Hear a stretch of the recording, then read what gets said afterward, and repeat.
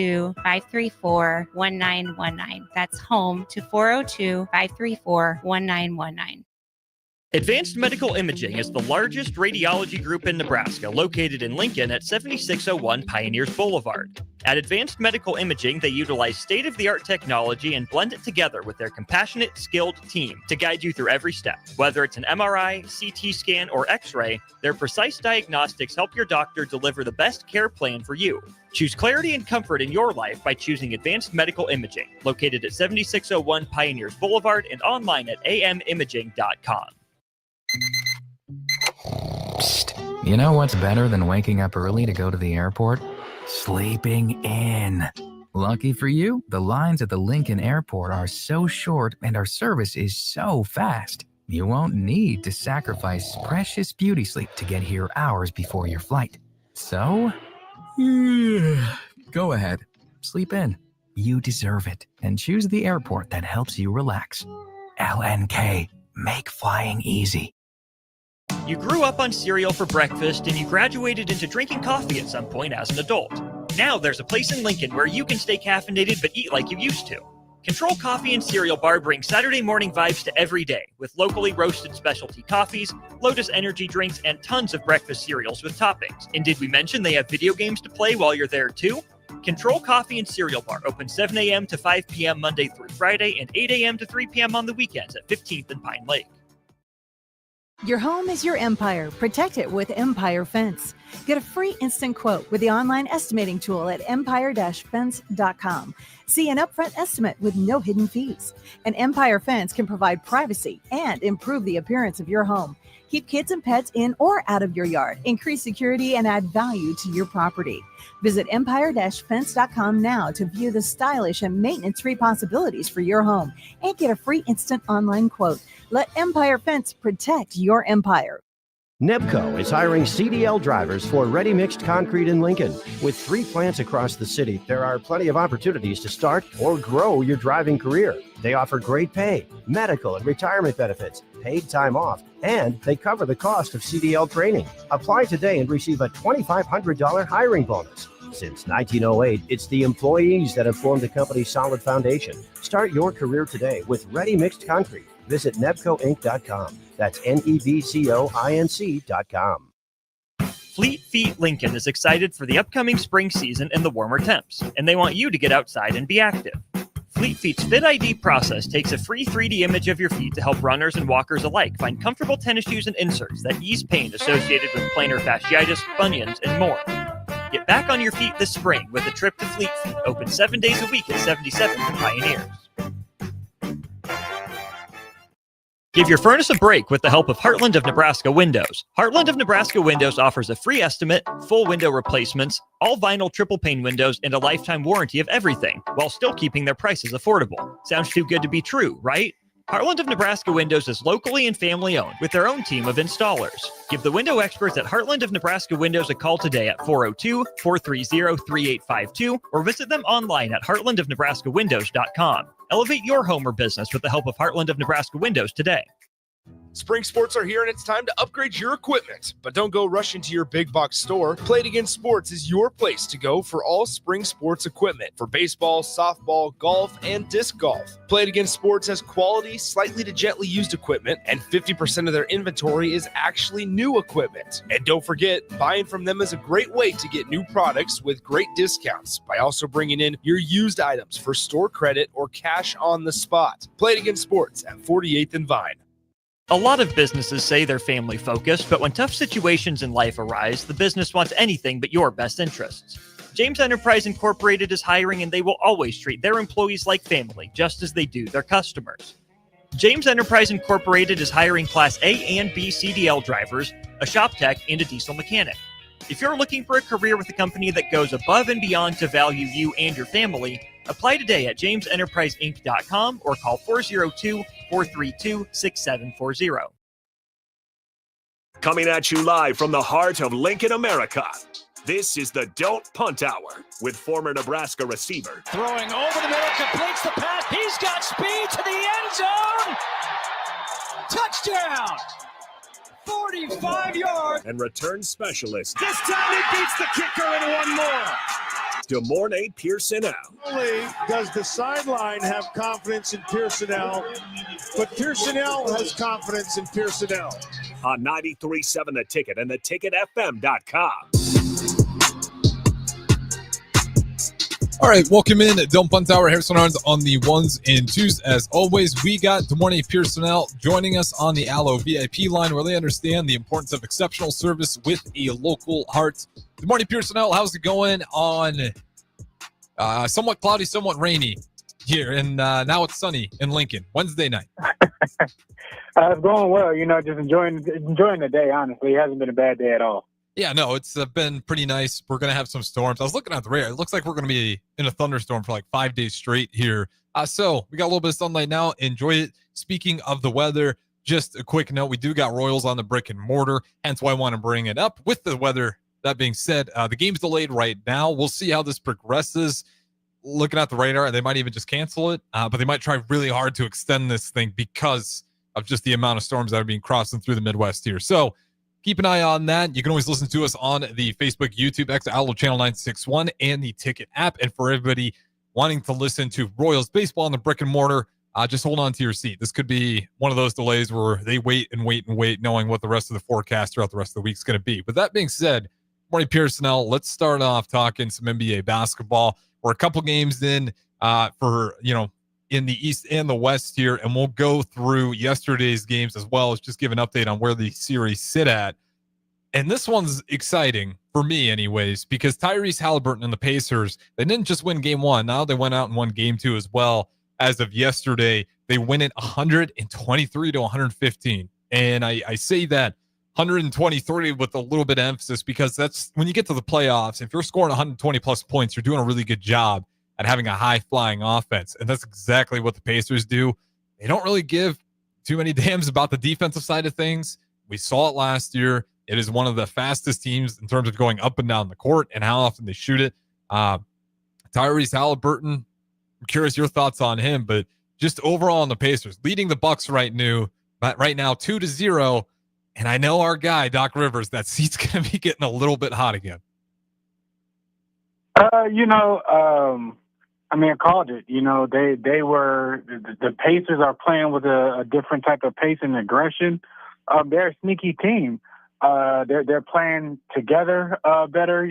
People are sacrificing certain things and stepping up.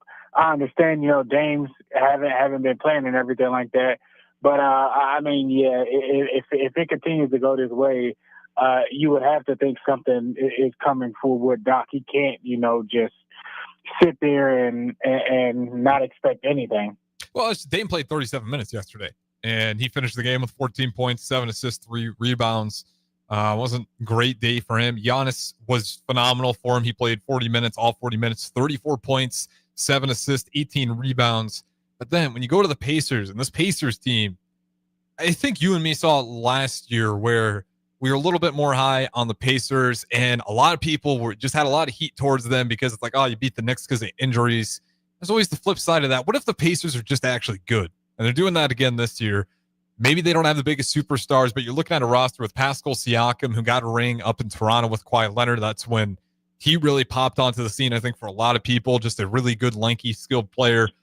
Say what you will about Naismith, good shooter for you when you need him. Size with Miles Turner, we talked about it. You got Tyrese Halliburton. You got another good shooter in Nembhard. You got Obi Toppin as well. He was drafted by the Knicks, young player who's got a lot of promise yet. You got TJ McConnell. You had another really great shooter. And then you got some few other guys that, might not be super worth mentioning. But that right there is a bunch of guys that you feel good playing against. 8 guys that you can at least rotate that have unique strengths to their game. But at least every single one of those guys has an offensive element that is lethal. And I think that's what sets this Pacers team over the top, is they're young.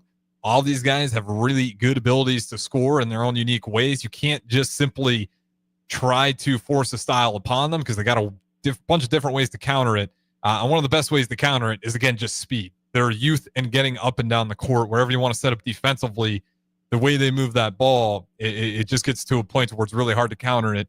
And Tyrese Halliburton, with those 18 assists on the day, he finished with, 12 assists on the day, 21 points. I will say this, though. I want to hear your thoughts. Who do you think is the most overrated player in the NBA. And when I say this, it doesn't mean they're bad. It just means maybe they're getting praised that they're even better than what they should be getting.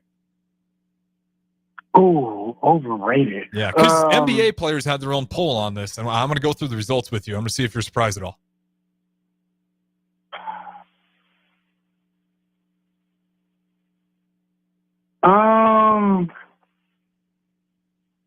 That's a tough question because I'm like, you're saying who doesn't deserve the praise, or the praise is not necessarily warranted.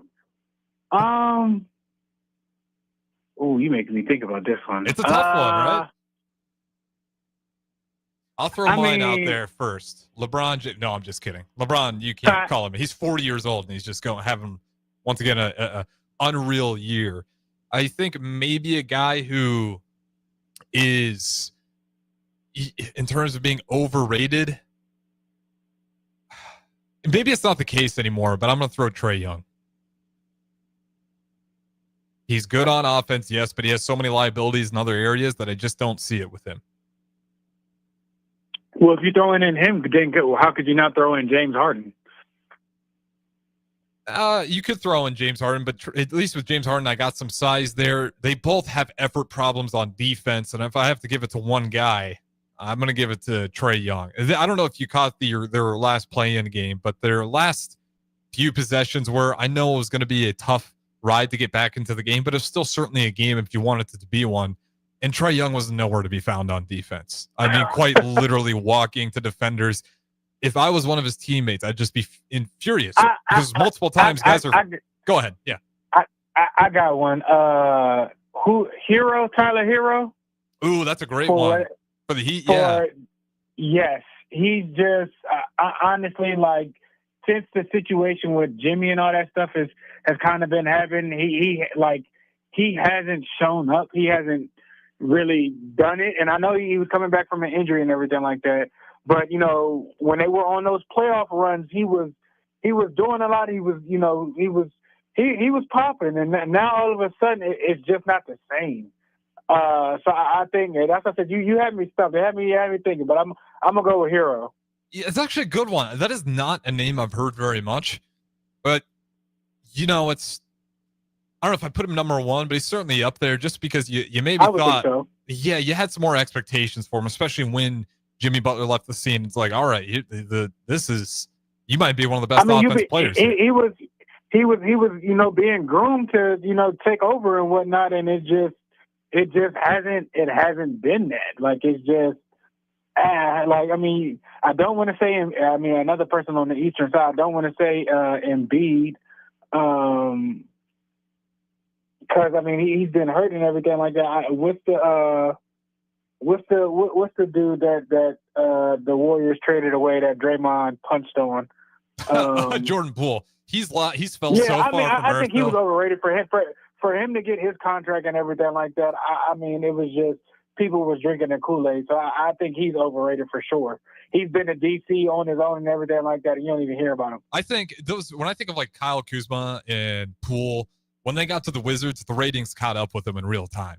Like the media soured on him. It was like, this doesn't look very terrible. Good. Yeah, and it was just terrible because, you know, the Wizards had so much fun with Russell Westbrook. I mean, Westbrook dragged that team to the playoffs that had absolutely no business being there, and it felt like the Wizards were turning a page and having competitive basketball that they could sell to their fan base and move tickets.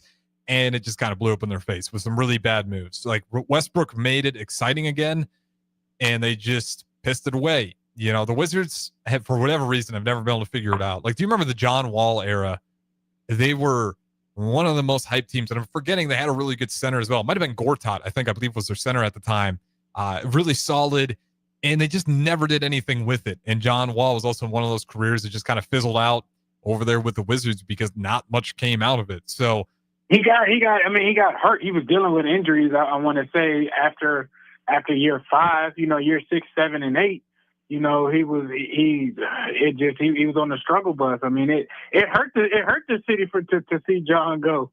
Cause, you know, I mean, honestly, after, you know, Gilbert Arenas and Caron Butler and you know, people, Antoine Jameson on that team, and, you know, some other players, you know, they kind of revamped when John Wall came to the city, and they kind of, you know, it was a staple. DC wasn't necessarily, you know, a cakewalk. You know, you had to. They were a tough team for some years. They were a playoff team. Oh yeah. Now they might have not gotten far in the playoffs, but they were a playoff team. Yeah, and then, you know, it's at that era too. It's like you want to go far just so you can get run over by LeBron James or whatever team in the East he's on that year. It was that whole era. Part of it's tough because you just look at the East, and when LeBron was really in his prime on those teams, it was just a who's going to get run over. I mean, you had to go through LeBron, you had to go through D Rose, you had to go through Melo and the Knicks. Like it was, and then you had the Celtics with their big three. I mean, it was on the end of their stuff. So I mean, the East wasn't easy. It was certainly a lot better than what it is today, and I think we can all agree on that. And if there's somebody disagreeing, they need to get out of the circle and be checked for their sanity, because the East today is far distant from what it really was back then. But look at just real quick on Tyler here, and we'll wrap up, and we'll switch to the next category here. But yeah, this season alone, and I understand Jimmy Butler was later in the year, but you want to see progression in a guy like Tyler Hero, who's just getting more and more of the roles. And this season, I'll go last season first. So last season, he averaged 21 points a game, just short of, or just at 5 rebounds and 4.5 assists. And if you want to round up and be generous, 1 steal, no blocks, shooting 44% from the floor, 39% from 3. You'll take 39% from 3. That's really solid there. But then again, you go to this year and you want to see that consistent progression, not to mention he's had some injury problems before as well. This year, 24 points a game. So, you know, he upticks that only by 3 points. Rebounds stay even worse than last year. His assist numbers up by just half an assist, and steals the exact same, blocks the exact same. So again, he's not a bad player, but you're just not seeing that progression that maybe if you're not watching him closely, you'd be talking about Tyler Hero like he's this great player because you're assuming just get better and better. Still good, but it's just been really stagnant for him. He hasn't been able to take that next step. And with Jimmy being gone, you thought surely there's going to be more room for him. And he's averaging a little bit more points, but we'll really see next year, full offseason being healthy. Can he take that next step? Give me the most underrated player now that we've gone through the overrated. Ooh, man, underrated player.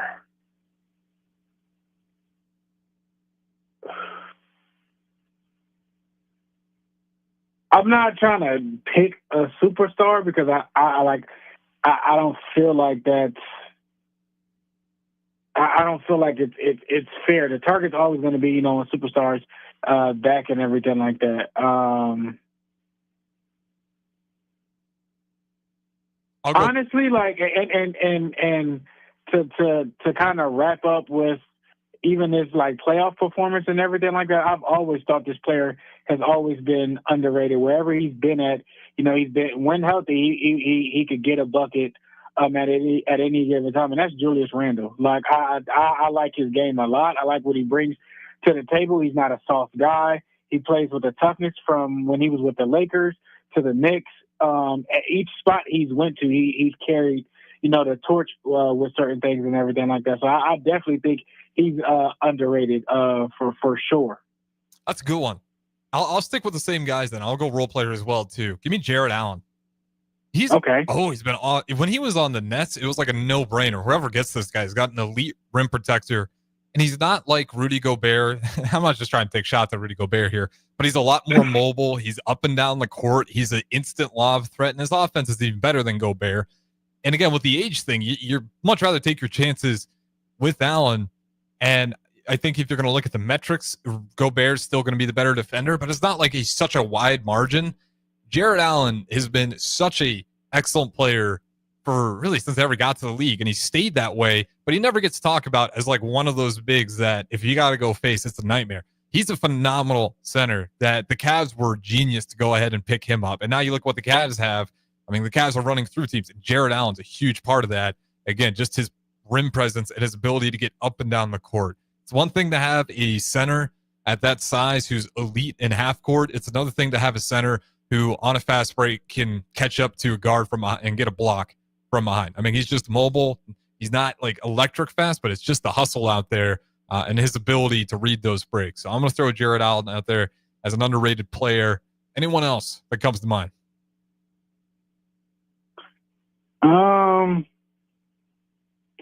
Not off the top of my head. Okay, I want to ask you this then. Damian Lillard this year, is he closer to overrated or underrated? Honestly, I was gonna say Dame for overrated. I was too, and I feel bad for it because it's one of my favorite players. But it's I don't think it's necessarily him. I think the situation and kind of being thrown into from being the guy to where you kind of got to share the spotlight and everything like that. Certain things don't necessarily revolve around you. I just don't think that's just a good fit where he's at. So that's why I necessarily didn't go with him, because I feel like, let's just say, for instance, Dame goes to D.C. Oh, my God. Like, it could be, like Portland. Like that type of style of team to where he can lead the team, he can do what he need to do, and Dame time, will be back, versus going to somewhere else and you kind of splitting superstardom like, LA's doing. Maybe how New York is doing at times and everything like that, to where you got to split between, your 1A and your 1B. I don't like how Dame has been thrusted kind of into that. He's making it necessarily work, but I feel like he's not, it's still bullets in the chamber. He's not emptying a clip. And I think I credit that to just being in the Bucks organization and Doc for not, getting the best out of your players. Damian Lillard to me is always one of those guys that's frustrating through his entire career because he's just never had the right cast around him. And I know that sounds like such a cop-out when you're talking about a guy who's getting paid millions of dollars and is said superstar of those teams. But the problem with Damian Lillard is you need to have an elite two-guard with him. He's in the same boat with Trae Young. He really is. As much as I talk about how great a player Dame is, I would take Dame before I would take Trae Young. That's kind of disrespectful. No, 100%. Yeah, no, hear me out here. I'm not saying that. Defensively, though, they do have the same problems. I like watching Damian Lillard offensively, but he has multiple defensive lapses every game. And you can just turn on a game and you'll see it yourself. He's always been weak there. Fine. What do you do to help a player like that in that situation? You get a Drew Holiday. You get a elite two-guard. And what did the Bucks do? They got rid of Drew Holiday to bring him in. And it's like that is the one piece that makes the trade not worth it anymore. Because then all of a sudden you once again are in a position where you have all the strengths of Damian Lillard, but there's no way to really hide his weaknesses. And that was his entire time with Portland. They could have, if they would have kept Drew, you could have kind of had emulated what Golden State is doing with Steph and just having kind of Dame run off of stuff and everything like that, get him attacking downhill. But, I completely agree with you what you're saying. Yeah, and I get it because it's tough. I'd imagine that was the only reason why the Celtics wanted to make that trade is if they get Drew Holiday. But that's where I just pull the plug on it. And I'm like, we can't do this. We cannot lose Drew Holiday for this. So it's tough when you look at a guy like Damian Lillard, who's going to be probably one of those great guards who doesn't get a ring. We'll see what happens in the future here. But yeah, he's just always really had that problem. One of the best offensive players we've seen, never had the right pieces around him to kind of cover where his weaknesses are at. And for the Bucks, they're down 2-0 right now. I don't see a whole lot of light there. Do you think it's a sweep for the Pacers, or do you think the Bucks are able to steal one? I think they'll get one. I hope they get one. I mean, it's going to be real bad for Doc if they do. It's going to be real bad. Oh, maybe not. It doesn't seem to matter. Doc always finds another contract. So I'm not going to worry about Doc anymore. He seems to do pretty well for himself on finding that next contract. Now let's go to the players. This is where it gets interesting to me. Who do you think the players ranked? And this is peers. It's anonymous, of course, right? They're not going to have their names next to it. Who do you think the NBA players themselves voted the most overrated player in the NBA?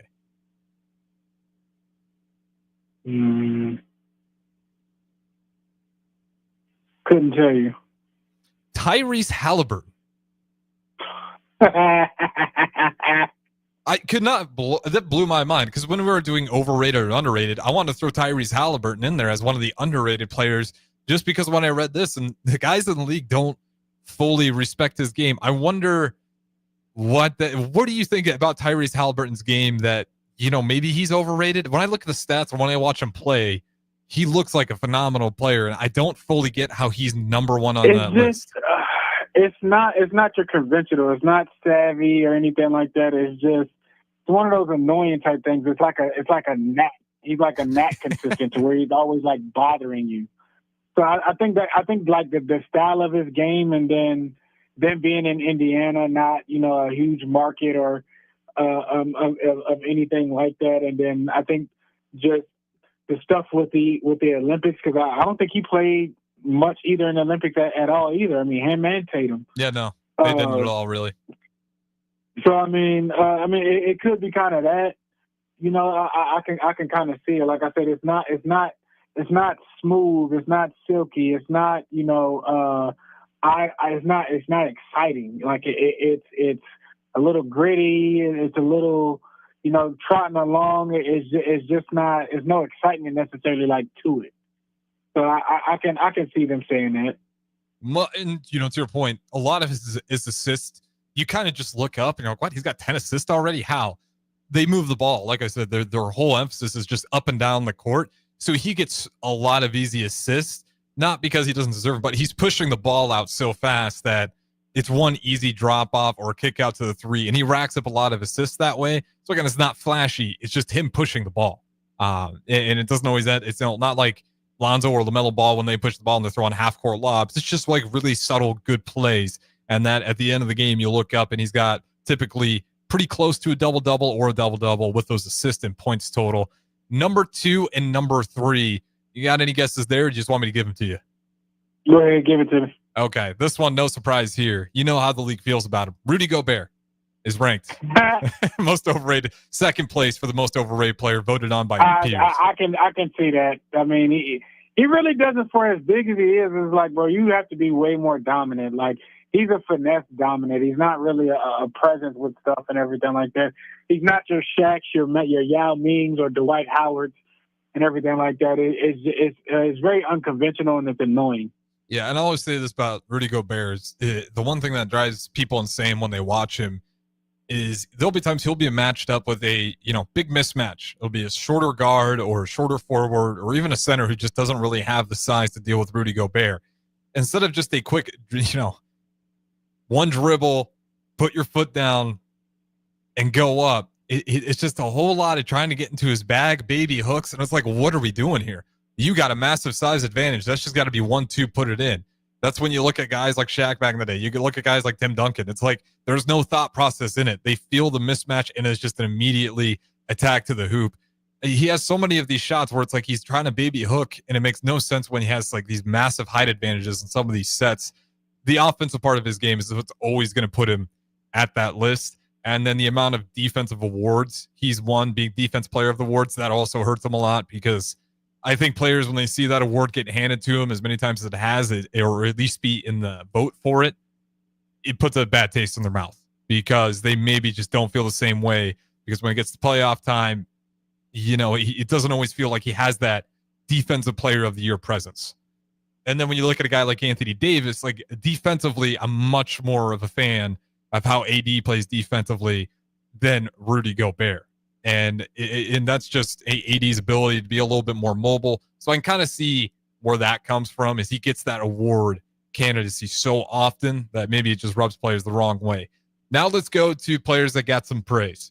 Most underrated player, do you got any guesses? And I completely agree with this answer. I think the peers actually nailed this one. Underrated? I can't think of that one. Cade Cunningham, Detroit Pistons. Okay, I like that one.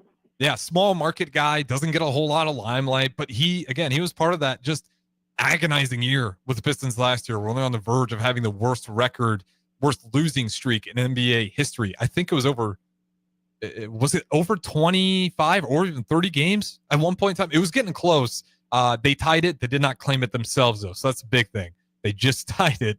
Not a good look, but that's the same guy on that roster who now is leading the Pistons to a really good series. And they just tied up theirs as well. It's tied 1-1 with the Knicks. Would you put Jalen Brunson in that same category as underrated, or do you think he's one of those guys that does get his due fair of limelight?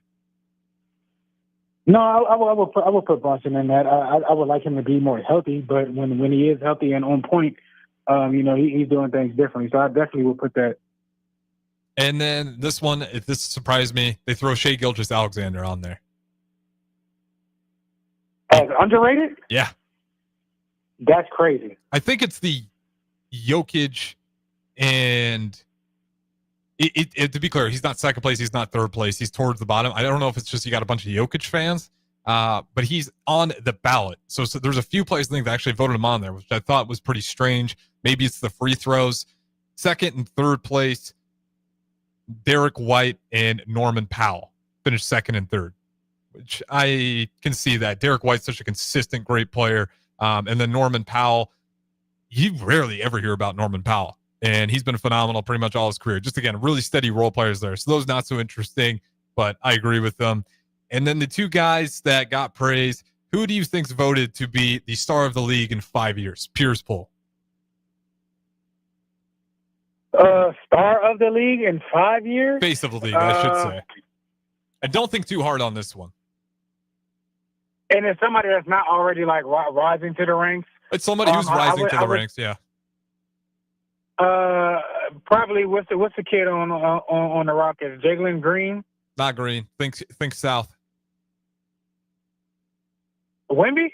5 years. Okay, they think he's going to be the face of the league. All right. I mean, I can understand that one. Yeah, you just got a guy that big who's shooting the ball like that. It's like, gosh, my Lord. If he gets any better, right now he's already a huge problem on a roster that just isn't very good, and he's got some growing himself to do yet. But if you've just watched his development, if he stays healthy, and yeah, I got to throw that caveat out there because anytime you get a big lanky guy out there that's always in the back of your mind, he's just going to be a huge problem. So I like that one. And also, you're not, I hate using these guys as examples, but he doesn't got like the Zion baggage or the Ja Morant baggage to where you're not really worried about him doing anything to put his brand in jeopardy as well. He's a pretty nice guy, has good PR training, doesn't ever seem to get caught not working hard or just getting caught doing bad things in public. So he's a pretty good safe bet for that. Other guys, like you can throw Shea in there. Maybe Luka Doncic. I don't know if they want to go just full European here. It's crazy when you think of what the faces of the league can be. Is there any American that you think can take that role in 5 years from now? I mean, I think Ja Morant definitely still can. I mean, I don't think his ceiling has passed that. I mean, Ant is definitely on that type of level. It's just hard to say, in 5 years. I mean, Ant's only been in the league 4 years maybe right now, 5 at the most. I think it's 4. I'll double check, but I'm pretty sure this is year 4 for him. So I mean, and he's rising to that level, right now. So I mean, it's hard to say. You pretty much trying to pick a rookie that's coming in, this year and saying that they're going to be the face of the league like that. I don't think that's not easy to say. So I mean, it has to be somebody that's a bit established more so right now. And I think like I said, Ja and are two just because of what they bring to the table. Yeah, and just so we clear it up here, Anthony Edwards' 5th season in the league this year. And he's one of those guys who I think he's a safe bet, rarely injured. Year 1, he played 72. Year 2, he played 72 games. Year 3, 79, 79, 79. So he's really good about playing all those games, rarely gets hurt. And those 3 games he missed for these last 3 years, I'm sure they're all just load management games. So, again, I think it's a good bet. Victor Wembanyama, easy. One American I could throw out there, and we'll wrap up on this.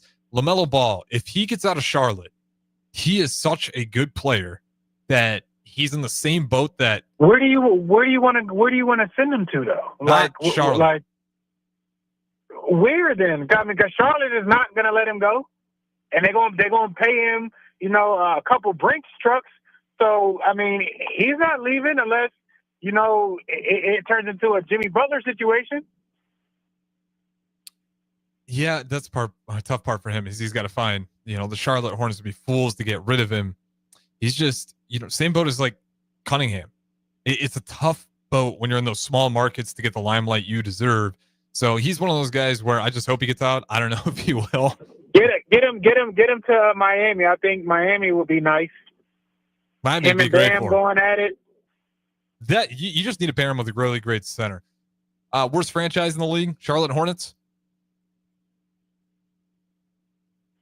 Between them and I would say Washington, I mean, they're up there. Washington has let all-star players leave after drafting good guys. So it's I say it's one of those two. That was a good bet. I'm going to go with Charlotte just because at least, you can go back and find the Wizards in the playoffs with John Wall. You look at the Hornets and it's like, man, where are you guys?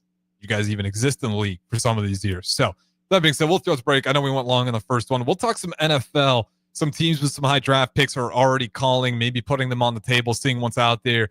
I'll say this much. This NFL draft feels like this chance for a lot of superstar trades moving up and down. So we'll talk about that next. Don't go anywhere. We got the morning Pierson-El on the Yellow VIP line. Harris Starnes back at the studio. Talk to you on the other side. Hey, Husker Nation. This is Todd Euler, two-time national champion, here to talk to you about Window World Lincoln. At Window World, we specialize in replacement windows, doors, siding, and roofing. Whether you're looking to enhance the beauty of your home or increase its energy efficiency, we've got you covered. And here's the best part. We offer the best for less. Our team is dedicated to providing top-quality products and exceptional service at affordable prices. We want to earn your business and make your home improvement dreams a reality. So why wait? Contact Window World Lincoln today at 464-7313 or visit our website at WindowWorldLincoln.com. Window World Lincoln, where quality meets affordability. Life changes, and sometimes that means changing where you call home. Whether you're downsizing, growing a family, relocating, or facing tough times, you shouldn't navigate it alone. I'm Laura Bonta-Bush with Woods Rose Realty, and I'm here to guide you with all your real estate needs. As wife of football coach Bill Bush, I understand the importance of teamwork and making sure you are supported every step of the way with honesty, integrity, and compassion. If you're looking for a game plan to buy or sell your home, text the word HOME to 402-534-1919. That's HOME to 402-534-1919. Advanced Medical Imaging is the largest radiology group in Nebraska, located in Lincoln at 7601 Pioneers Boulevard. At Advanced Medical Imaging, they utilize state-of-the-art technology and blend it together with their compassionate, skilled team to guide you through every step. Whether it's an MRI, CT scan, or X-ray, their precise diagnostics help your doctor deliver the best care plan for you. Choose clarity and comfort in your life by choosing Advanced Medical Imaging, located at 7601 Pioneers Boulevard and online at amimaging.com. Psst. You know what's better than waking up early to go to the airport? Sleeping in. Lucky for you, the lines at the Lincoln Airport are so short and our service is so fast. You won't need to sacrifice precious beauty sleep to get here hours before your flight. So, go ahead. Sleep in. You deserve it. And choose the airport that helps you relax. LNK. Make flying easy. You grew up on cereal for breakfast and you graduated into drinking coffee at some point as an adult. Now there's a place in Lincoln where you can stay caffeinated but eat like you used to. Control Coffee and Cereal Bar brings Saturday morning vibes to every day with locally roasted specialty coffees, Lotus energy drinks, and tons of breakfast cereals with toppings. And did we mention they have video games to play while you're there too? Control Coffee and Cereal Bar open 7 a.m. to 5 p.m. Monday through Friday and 8 a.m. to 3 p.m. on the weekends at 15th and Pine Lake. Your home is your empire. Protect it with Empire Fence. Get a free instant quote with the online estimating tool at empire-fence.com. See an upfront estimate with no hidden fees.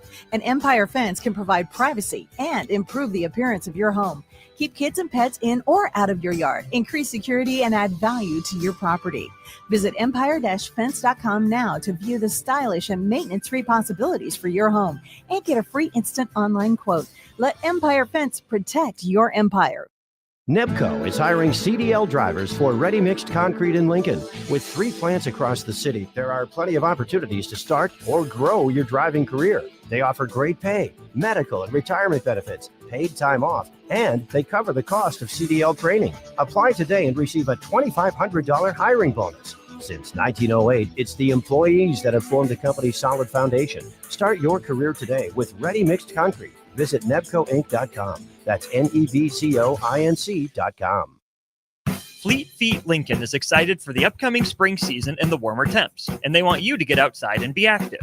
Fleet Feet's Fit ID process takes a free 3D image of your feet to help runners and walkers alike find comfortable tennis shoes and inserts that ease pain associated with plantar fasciitis, bunions, and more. Get back on your feet this spring with a trip to Fleet Feet, open 7 days a week at 77th and Pioneers. Give your furnace a break with the help of Heartland of Nebraska Windows. Heartland of Nebraska Windows offers a free estimate, full window replacements, all vinyl triple pane windows, and a lifetime warranty of everything, while still keeping their prices affordable. Sounds too good to be true, right? Heartland of Nebraska Windows is locally and family owned with their own team of installers. Give the window experts at Heartland of Nebraska Windows a call today at 402-430-3852 or visit them online at heartlandofnebraskawindows.com. Elevate your home or business with the help of Heartland of Nebraska Windows today. Spring sports are here and it's time to upgrade your equipment. But don't go rushing to your big box store. Play It Again Sports is your place to go for all spring sports equipment for baseball, softball, golf, and disc golf. Play It Again Sports has quality, slightly to gently used equipment, and 50% of their inventory is actually new equipment. And don't forget, buying from them is a great way to get new products with great discounts by also bringing in your used items for store credit or cash on the spot. Play It Again Sports at 48th and Vine. A lot of businesses say they're family focused, but when tough situations in life arise, the business wants anything but your best interests. James Enterprise Incorporated is hiring, and they will always treat their employees like family, just as they do their customers. James Enterprise Incorporated is hiring Class A and B CDL drivers, a shop tech, and a diesel mechanic. If you're looking for a career with a company that goes above and beyond to value you and your family, apply today at jamesenterpriseinc.com or call 402-432-6740. This is the Don't Punt Hour on 93.7 The Ticket and theticketfm.com. Here is your host, DeMornay Pierson-El. All right, welcome back in. Segment number 2, and likely segment 2 and 3 combined together as we went incredibly long talking about the most underrated, overrated players in the NBA, in our opinion, and as well as peers in the NBA's own opinions. We still got Royals on the brick and mortar. They're still in delay, and like I said, you might just want to hold on to your seat for that one. I think they'll play this game at 2 a.m. if it needs to be, because you look at the Kansas City weather. They got thunderstorms tonight, rain tomorrow, more thunderstorms tomorrow, thunderstorms Friday night clear, Saturday rain, Saturday night chance of more rains, and then Sunday more rain. So rain. That game, I'd imagine they're going to try to delay it as long as possible, try to sneak that one in there. But good morning, Pierson-El. Let's talk about the NFL draft. And this report came out about some of these teams already taking phone calls about their picks. Both the Cleveland Browns and New York Giants are fielding calls for their top 3 selections, according to The Athletic. Thoughts on that? Do you like that move by either of those organizations to kind of feel out? And I shouldn't say that. Do you think it'd be a good idea to go ahead and make a big jump, especially when you look at a team like the Giants who may desperately need to hold on to that? I think it's just fishing. They're looking to see if they can catch, what the Bears caught with the Panthers. Yeah. They're looking for something like that. I don't think they're serious at all. I think they're saying it just to kind of see what comes up out of it, if something piques their interest. But I doubt that they really are, unless it's something that, okay, you can't let that go by. Yeah, I think it's smart to take that's why I had to rephrase it. Like, obviously, you're going to see, you'd be a fool not to pick up and be like, well, how much are you willing to give me? Everybody has a number. The Bears certainly did, and the Bears felt really good because they kind of already figured out which direction they wanted to head in. But is there any teams that you foresee? Now, obviously, they're going to be taking field calls, but do you suspect any of these teams? Again, the order this year, I think the Titans are going to obviously hold on pretty strong. They desperately need a quarterback. I think Jacksonville is in a prime spot to kind of trade out of. I think not Minnesota. The 49ers, they have 11 picks. They're in a prime spot to kind of trade back. I think the Vikings, they only have 4 picks. They're in a spot to where, let's just say, for instance, not the Bears, like you're saying, the Bears. If the Jags? Browns if the Browns or the Giants don't select a quarterback and they want to jump back in to the first round to select a quarterback late, I think, the Vikings, they only got 4 picks this year. So, I don't think they're looking to, really stick in and get that to where they can get, at least 2 picks for a first rounder, maybe potentially 3. You can get you if it's the Giants or Browns, you can get, the first or second pick in the second round, at least that, and, maybe a third or maybe it's an extra 6th or 5th. As of right now, I think those are the only teams that are in the prime spots to jump. Maybe Dallas trades back Where's Dallas? Yeah, Dallas is 12. I can see them trading back. Dallas might trade back if with Pittsburgh, if Shador gets past 9, I can see some teams start picking up that 10th pick. The Bears might trade back depending whoever falls to them. I've been seeing stuff about they're going to get Warren and everything like that, which I'm not so sure on. I think they would go more so on the defensive side. I mean, you spent your whole offseason acquiring, offensive help. So I think defense is what they need. So it's 4 or 5 teams that I can see it happen. But I mean, the like my top 2 or top 3, like I said, I would say Jacksonville, because Jacksonville can trade back and still get a top offensive tackle unless, they like a certain guy so much there. 49ers and the Vikings. Those are the 3 teams that I would be shocked or almost shocked if they don't move. Yeah, this one, it just feels like we're, yes or no, does it feel like we're headed towards what's going to be one of the more chaotic NFL drafts we've seen in a while? I think so. I think so as well. This feels, because again, when you look at teams like the Vikings, some of those other teams where even if it's not so much, well, yes, that's part of it, but like shedding some cap space, getting some more young guys in there, making sure that they still have enough on the younger end of things to continue to develop guys. But then you also have some of these teams, like if you're the Bears, you're going to be put in a very unique situation, because if Ashton Genty, say he is still there at 10, it seems like, well, you don't want to pass that up, but then you're going to know there's going to be teams frothing at the mouth if he is available to grab him at 10, and you can pull a Panthers move again, possibly. So this one feels to me where we'll start seeing it once we get through picks 5, like where these players are starting to fall. Some of these teams are going to be frothing at the mouth to go ahead and try to hop in and maybe give a little bit away, too much away in a panic, or just make a fair trade. So when I think of the Bears, like it for me alone, like I couldn't even tell you what the Bears should really do other than hope a guy like Genty, hope a guy like Genty falls to you, and then use him as bait, and then really reel in on some more picks, or just get some defensive players in a trade, something like that. So this one's going to be, I think, a lot of fun. First quarterback off the board for the Titans. They're going to take a QB. Which one? Ward. I think they'll take Ward as well. Speaking of the QBs, though, Matt Rule gave some praise to Shador Sanders, kind of helping elevate his draft stock. Surprised at all to see Matt Rule, give some credit to Shador Sanders. And again, didn't really have to, but Matt Rule's been doing this a lot lately, it feels like.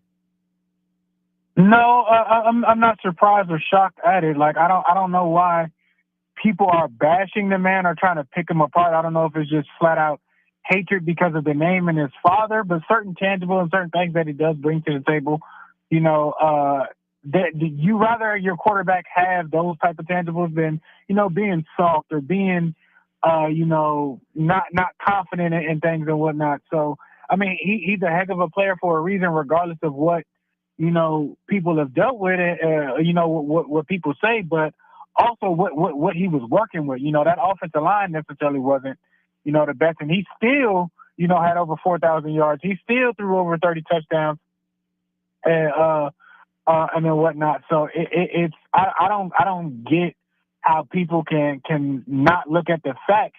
Because you can, like I said, you can hate him right now, and then once he gets to your team, I guarantee you, oh no, well we got him, and it's all water under the bridge. So I think it's going to be interesting to see where he goes. I know whoever gets him, is definitely getting a heck of a player, and that's for sure. Yeah, and I think that's the thing with Shador that I'll never understand. I'd much rather have a quarterback who's overly confident than a quarterback who has confidence issues. Because I can get an overconfident quarterback to see the field better. It's hard to get a quarterback who's lacking confidence to just trust what he sees out there. To me, it feels like it's a lot harder, because would you rather take Jameis Winston or Will Levis?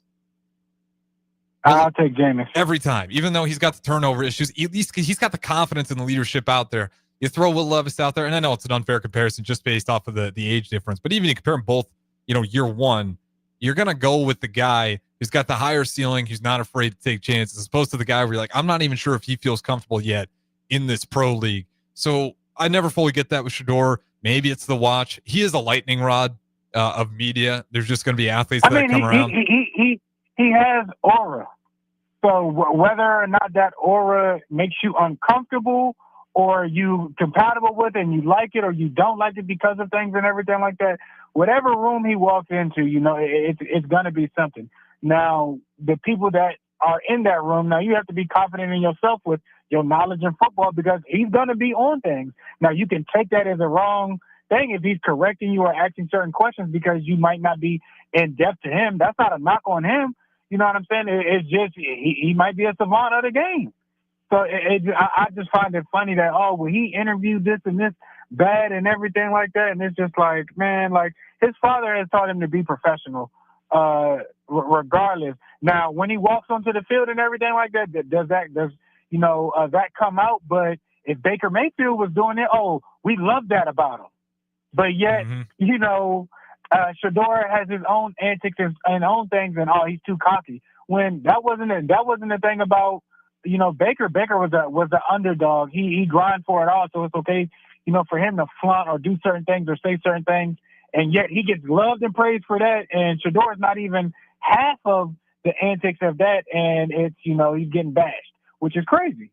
I'll be a little bit. He definitely gets bashed a lot more. Baker. He had not nearly the amount of haters. He still had some haters, but after the Browns did him dirty, he just became such a lovable player. That really helped him. I'm talking about his like him and his draft process coming out of college. I couldn't stand him. I'll be honest. As a Husker fan, him at Oklahoma, I was certain, but I'm a Nebraska fan. I know exactly what the rest of the league loved him. For me, obviously, I didn't really want to see Oklahoma have what was just a phenomenal quarterback Heisman candidate, Baker Mayfield, out there balling. But yeah, he had a ton of antics, around the flags, planting it on the field.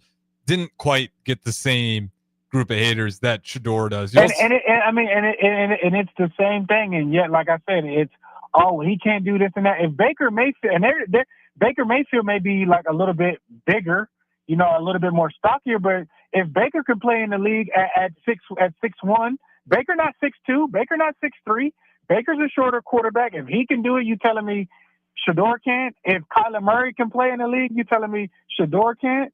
And that's just, no knock against them and everything like that. But we've seen the short quarterbacks be perfectly fine and thrive in the NFL. So I don't understand why that's a knock.